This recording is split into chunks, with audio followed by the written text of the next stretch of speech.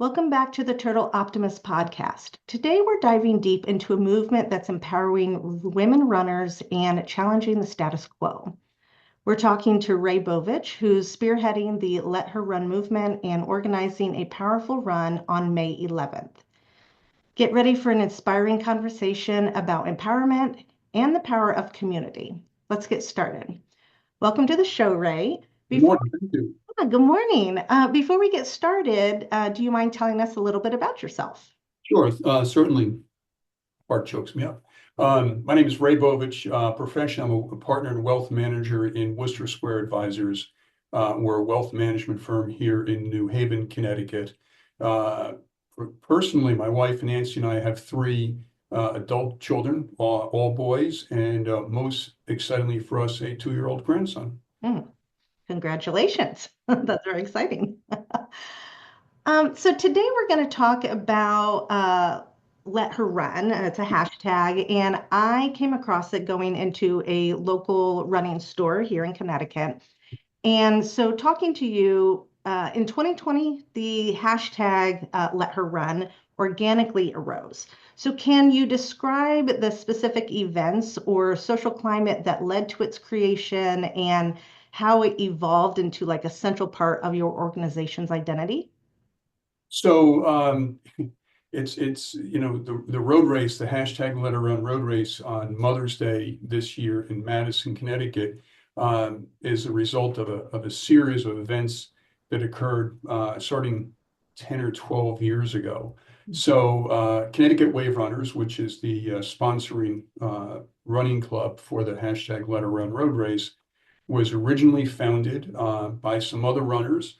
Uh, they ran on a regular basis out of Sound Runner in New Haven.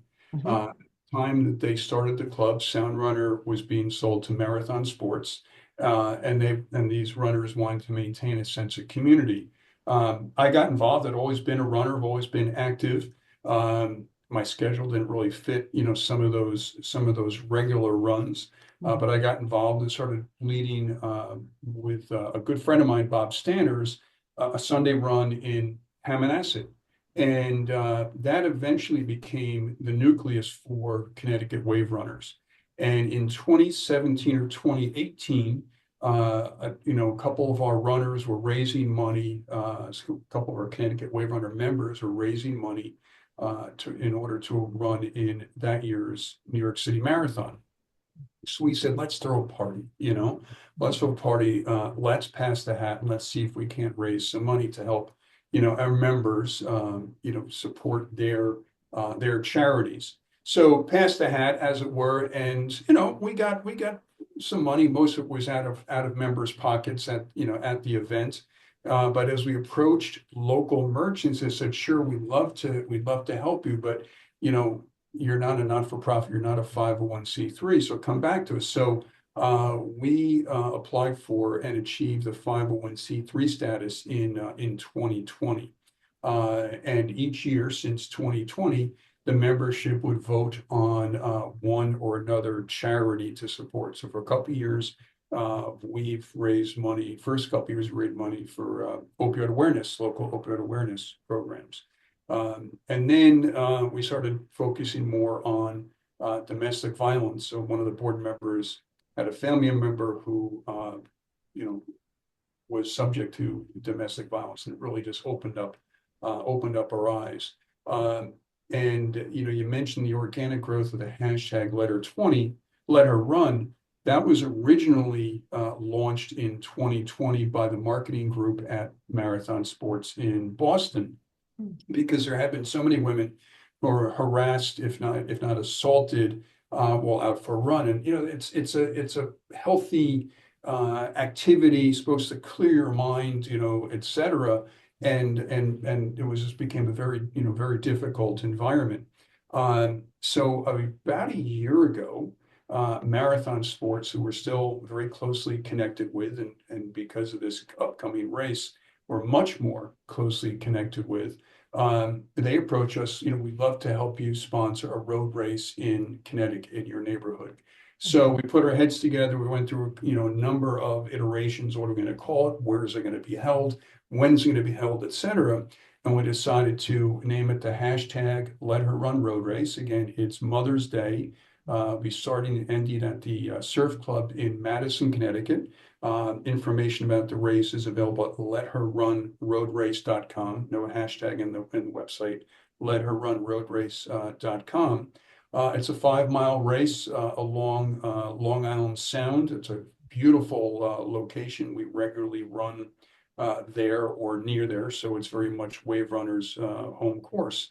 And we chose Mother's Day for a number of reasons. If we we all have mothers. I'm married to a mother. My wife and I, as I said in the opening, have children. Um, and if we're thinking about the notion of helping to create a safer environment for women, Mother's Day is just so central to that. In the conversations with Marathon Sports, we suggested that they ought to trademark the hashtag, as a minimum for some sort of pride over it, and certainly more for control, just to make sure that it's used in an appropriate manner. And they turned around and said, why don't you guys do it? So we've applied for the trademark for the hashtag Let Her Run, and it's now central to our identity. We have, and we're primarily a Facebook club at this point. The club is continuing to evolve, and we'll try to figure out what we're going to look like, as we evolve. And knock wood, the success of this race helps us to evolve. But we're primarily a Facebook, based club. We have about 800 members, and nearly 3/4 are women. In the road racing community, more women run than men at every distance up to the half marathon. The marathon is the only distance where there's still more men running than women, but that differential is narrowing. So again, to answer your question, there were just a whole series of events, whole series of notions that got us to this point. So we're very, very excited.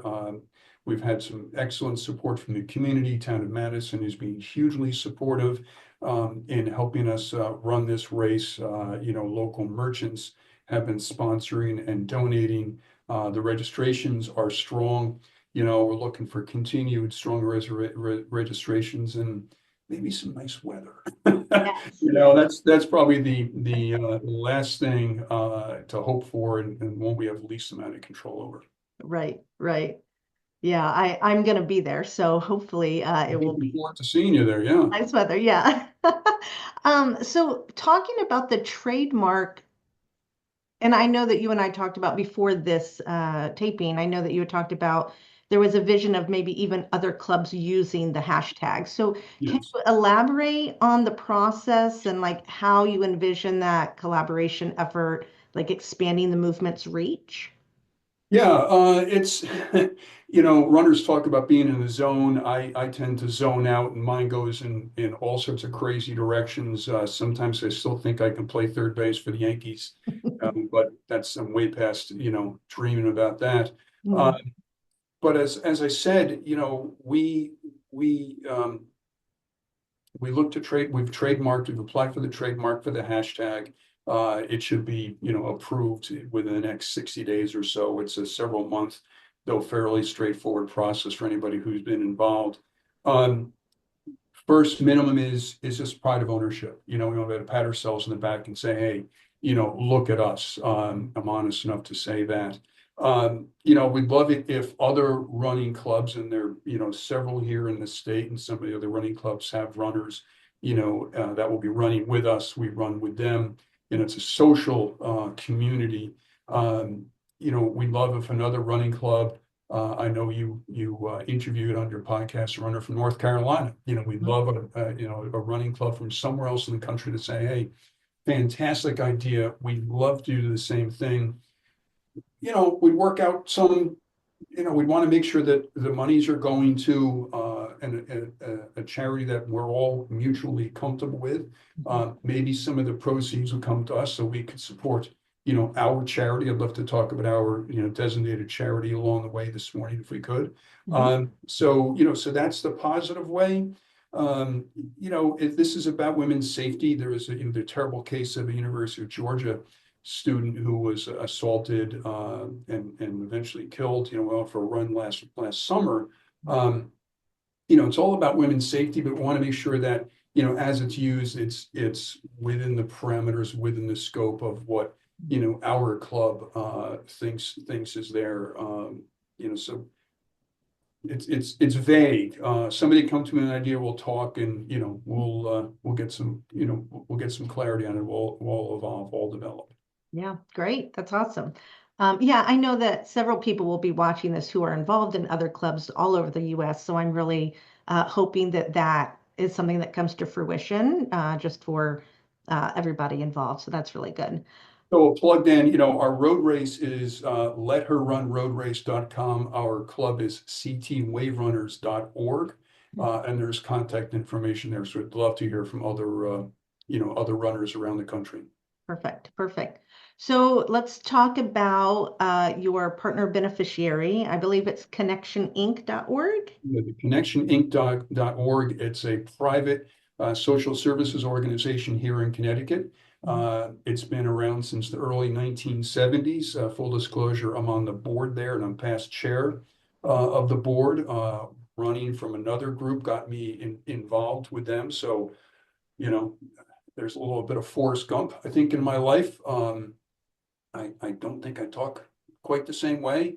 But there's just so many occurrences that have occurred for me, benefits that have occurred for me from running.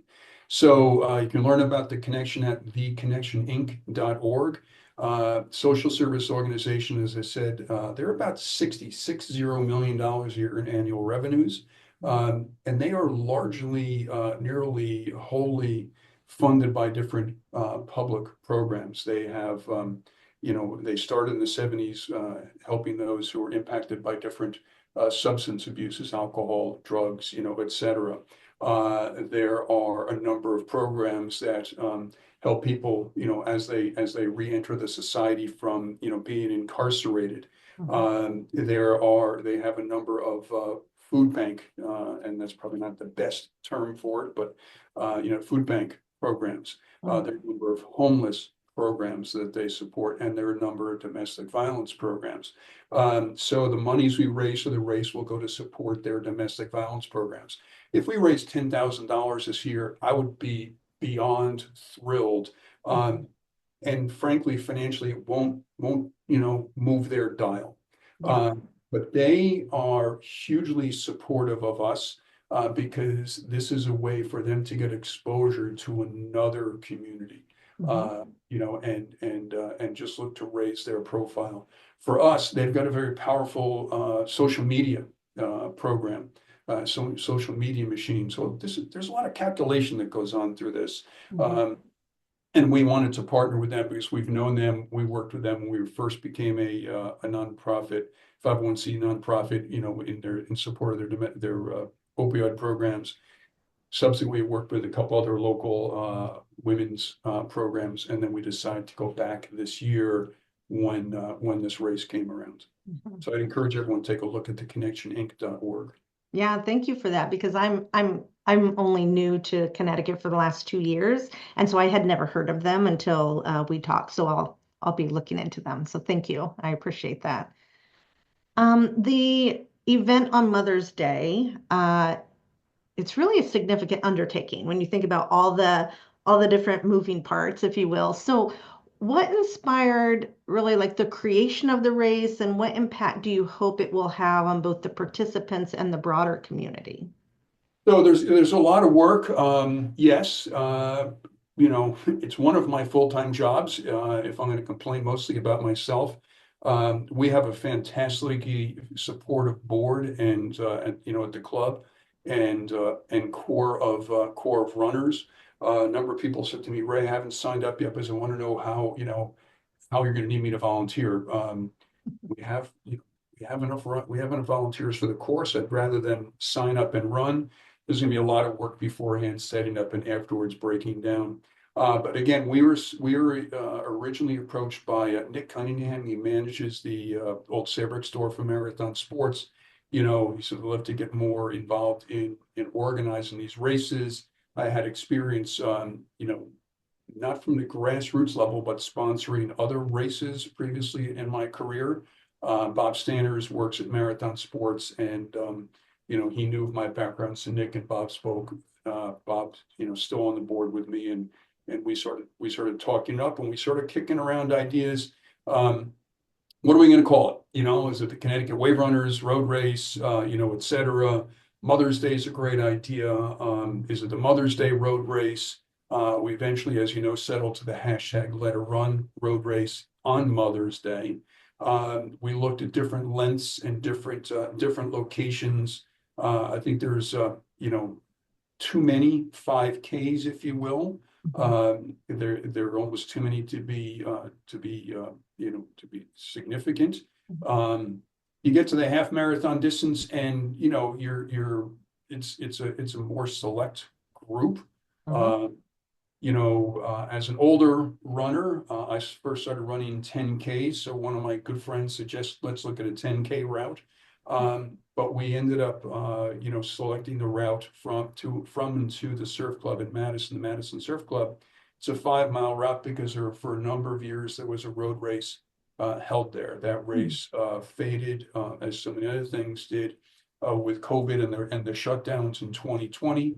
I called out the prior organization. They don't have any interest in resurrecting road race, so they blessed us, if that's the right word to use it. So again, it was a lot of input from different people. What time of year? What sort of distance, what location, and it was just a series of fortunate events that got us to where we are. Yeah. Well, thank you. It's a lot of work, and I'm really looking forward to going, and just really kudos to everybody on the board, just all the volunteers. It's going to be really great. I'm looking forward to it. If you could wave a magic wand and instantly change one thing about the running environment for women, because I consider you an ally. I'm a woman. I consider you an ally. I thank you for your really focus on this. What would that instant change be, and how close do you believe we are in reaching it? So for the viewers at home, that was a question that you posed me originally, and I spent time thinking about it and still struggle with it. I don't know that there's any single magic wand. Mhm. And the issues aren't just specific to to women while they're out running. It's a much broader social issue. My friends who will watch this going to laugh, says Ray doesn't talk like about social issues. That's not his thing, not his style. But I think it's just about awareness. It's about awareness about mutual respect in our culture as a whole, and running, within the running community. It's a way to highlight, that issue. Um, I think there's a lot of education that goes on, and we over the years have provided educational programs to women and to men about how to run safely for women, how to run safer for men, how to respect women. And it's as simple as not tapping the horn as you see a runner run by. If I see Jenny, she's my friend, I want to say hi, but Jenny could also think it's just some dirtbag driving by, and being a dirtbag. So a lot of it is just common sense and respect from men, and a lot of it is common sense. For women, as they run, you never want to blame the victim, but I went to school in New York City, and my dad grew up in this city. He said, you just got to be aware of where you are. You're a big guy, Ray. I'm 6'3", 220. It doesn't quite show on the screen here. I'm a big guy, but you don't go into bad neighborhoods. Mhm. Got it. Women do need to be cognizant and aware of where they are, and where they're running. Just like anyone, if I go out for a long run, I tell my wife or I tell my buddy, this is my route. If I don't go back in 3 hours, bring beer. I'm done. But women have, I think, should let people know where they're going, and they should go safely. Uh, you know, Not to run alone is don't have to say that, but unfortunately you do. Mhm. But also not to broadcast in advance. There are a lot of social media platforms that track runners. And if I see that Jenny is running, to and from the same starting location every day, I've got an idea where she lives, Mhm. and so again, it just gets back to, mutual respect and awareness Yeah, as an unshort answer. right. No, thank you for that. I appreciate it. So for listeners who are passionate about supporting this cause, what are the primary ways that they can get involved? I know you've already mentioned websites and all of that, but I just want to reiterate it. How can they get involved, whether that's through volunteering, advocacy, or participation in events? You hit them all, so again, our club website is ctwaverunners.org. It has a link to the race, which is letherrunroadrace.com. Can donate through either site. There's secure links, and there's also over 501c literature, licensing there. So, we're not wood a legitimate organization. It's something people have to be aware of. Mhm. But if you go to the letherrunroadrace.com website, you can register. Participants are getting a long sleeve tech T-shirt. We'll be serving mimosas on Mother's Day. Mm. So every participant gets a wine glass, and if you're 21 or older, we'll fill it with a mimosa or just orange juice for you. Complimentary on that. Can donate. There's a donation page there. All of our donations will go directly to the Connection Inc.